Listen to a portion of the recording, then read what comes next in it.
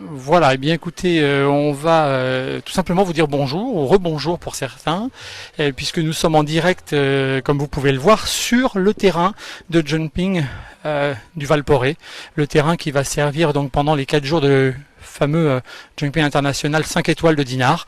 Et comme vous pouvez voir, eh bien, ce sont de nombreuses fourmis qui vraiment voilà, vont jusqu'à nettoyer, repasser éponge sur les barres pour donner vraiment l'éclat que ce grand concours hippique international va forcément nous donner pendant plusieurs jours. Alors effectivement, les plus grands noms sont là, puisque les plus grands partenaires accompagnent Madame Marc.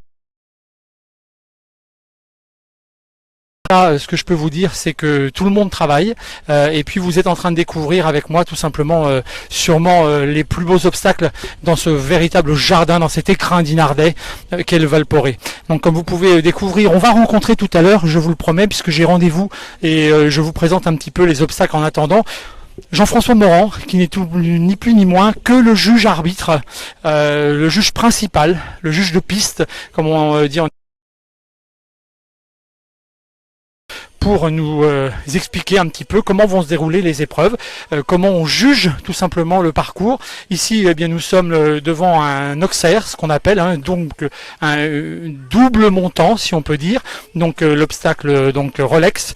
Et puis vous allez au fur et à mesure découvrir quelques obstacles de ce magnifique parcours qui va se dessiner là, bien entendu, pour les épreuves de jeudi. Alors, chaque épreuve, vous le découvrirez pendant ces 4 jours, a effectivement des parcours différents, puisqu'on va forcément changer, donner des courbes droites, des voltes à gauche, des périodes de galop. On va retrouver le gué qu'on avait présenté l'autre jour avec Axel Mars.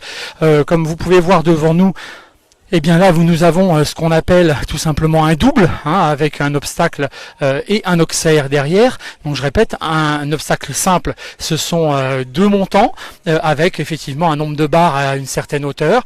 On va dire un 40, un 50, un 60 pour les plus gros. Et puis derrière, effectivement, comme vous pouvez le voir présent, un oxaire avec 4 montants et une largeur plus ou moins grande entre chaque poteau, qui va donner la difficulté et de l'amplitude au saut, c'est bien évidemment. Et puis d'autres choses qui viendront, qu'on vous expliquera pour néophytes que nous sommes, bien, tout simplement ce sont le nombre de foulées qui vont être importantes, parce qu'il faut savoir que passer un obstacle n'est pas chose facile, surtout quand vous en avez 12, 13, 14 obstacles, 12, 14 sauts différents les uns derrière les autres. On rentrera dans ce détail au fur et à mesure des événements et des journées. Ici en face de nous, eh bien écoutez, quelque chose que par le nom vous connaissez forcément, la Thalassa Spar de Dinard, l'hôtel Novotel, qui a effectivement reçu il y a quelques jours nos joueurs gallois avec leur exploit pour être allés jusqu'en demi-finale de la Coupe d'Europe. Et bien voilà l'obstacle tout simplement qui est devant nous, donc qui est constitué aussi d'un oxaire, donc double montant, double barre, et puis espérons qu'il réussira, ou qu'il ne sera pas forcément je dirais compteur de fautes. On vous expliquera au fur et à mesure des 4 jours le nombre de points, et puisque le but c'est de revenir avec un temps égal à 0, et que bien si ce n'est pas le cas, et bien les fautes s'enchaînent, un certain nombre de points vont se cumuler, et à ce moment-là, et bien le classement se fera au détriment de celui-ci, c'est évident. Alors comme vous pouvez voir sur ma droite, là c'est l'obstacle tout simplement de l'hôtel Barrière, le grand hôtel de Dinard, auquel nous rencontrerons son tout nouveau monsieur Thomas Gilles, son tout nouveau directeur, sûrement demain, après-demain. Il est clair qu'il répondra, j'espère, à une de nos invitations, sachant qu'ils viendront tous représenter, bien entendu, les couleurs de Dinard, c'est évident. Ici, comme on avait pu déjà vous le montrer, un véritable jardin avec des obstacles naturels que vous pouvez voir déjà au fond, qui seront des véritables juges de paix, puisque ces chevaux ne sont pas forcément tous habitués à ces buts, à ces talus, à ces chapeaux de gendarmes, chaque obstacle ayant un nom bien particulier. Donc vous comprendrez aisément qu'on reviendra dessus, je répète, petit à petit. Ici on a effectivement des couleurs qui effectivement peuvent tout simplement perturber certains chevaux. Ici on a encore un oxaire, mais aux couleurs orange et verte, et qui peuvent apporter bien des surprises. Ces surprises parce que le cheval peut ne pas être habitué, même si les cavaliers, c'est leur métier, métier vont toujours essayer de faire. Et puis eh bien le chronomètre, le fameux chronomètre qui sera le véritable juge de paix pour départager les ex-aequo, ceux qui ont refait 0 faute. Je vais tout simplement me rapprocher de Jean-François Morand, le chef de piste, donc qui est avec nous, voilà, et qui est de l'autre côté, qui vient de passer sous la passerelle, la fameuse passerelle, où sortira tout simplement chaque cavalier. Et je peux vous dire, c'est un moment de grande émotion que nous aurons à vous faire vivre, en tout cas, j'espère le plus souvent possible pendant ces 4 jours. Nous allons donc retrouver le juge arbitre principal. Jean-François Morand, bonjour. Merci en tout cas de nous accorder ces quelques instants, puisque je pense qu'on vous êtes très occupé aujourd'hui. On est ici sur la piste, le terrain qui va apporter, on espère, les plus grandes joies pendant ces 4 jours au Jumping International de Dinard. Quand on est juge international et juge de piste, bon, il y a le tracé des parcours, après il y a tous les détails. D'abord, la priorité d'un chef de piste, c'est la sécurité des chevaux et des cavaliers.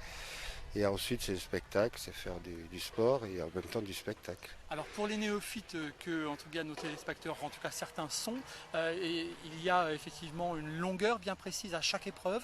Il y a un nombre d'obstacles différents, avec des hauteurs, avec des largeurs, et puis avec des obstacles qui ne seront pas forcément tous utilisés sur chaque parcours. Tout à fait. En fait, le chef de piste trace des parcours qui varient. Alors c'est à la liberté du chef de piste. Enfin, il y a des us et coutumes. Et ça varie à peu près entre 11 et 13 obstacles, ce qui fait à peu près entre 12, 14 et 16 sauts. La particularité d'Inard, c'est que vous avez la possibilité d'avoir des obstacles naturels, dits naturels, comme le toit, le talus, donc on a aussi le toit de gendarme. Enfin, il y a plusieurs de ces obstacles qui ne sont pas forcément des obstacles habituels à ce niveau. Non, ce ne sont pas des obstacles habituels. En fait, ils servent pour le derby, qui est une épreuve très spéciale, qui est beaucoup plus longue que les autres, puisque là, à ce moment-là, il y a 21 obstacles. Ce qui fait, parce qu'il y a des obstacles en combinaison, donc ce qui fait à peu près 25 sauts. Et la longueur du parcours est beaucoup plus longue, elle est pratiquement le double. Donc on arrive à 1200 mètres à peu près. On imagine que vous avez déjà préparé les parcours de ces 4 journées de compétition. Ils sont donc bien rangés, soigneusement, parce que c'est quelque chose, j'imagine, qui n'est dévoilé qu'au dernier moment au cavalier. Oui, enfin le derby, ils connaissent le tracé parce que les derbys, normalement, ce sont des tracés qui sont le parcours est le même tous les ans. Alors après, on l'agrémente plus ou moins, on essaye là, cette année, j'ai rajouté deux petites choses, je vais dire, pour le rendre un peu plus délicat. Mais voilà, on fait ça par petites touches. Mais après, les autres tracés, oui, sont dévoilés au dernier moment. C'est-à-dire qu'il y a une reconnaissance de parcours qui est 15 à 20 minutes avant le départ de l'épreuve. Et les cavaliers reconnaissent le parcours et découvrent le parcours. Jean-François Morand, on reviendra vers vous, en tout cas avec le peu de temps que vous avez, je le sais, et en tout cas on espère vous retrouver pendant ces 4 jours. Merci de votre intervention, merci de ces explications qui pour tous les lecteurs en tout cas sont importantes pour la découverte donc de ce parcours, de ces parcours qu'on aura. En tout cas, on vous laisse retourner à vos occupations qui sont bien longues aujourd'hui. Bonne journée à vous, merci en tout cas de votre interview. Merci.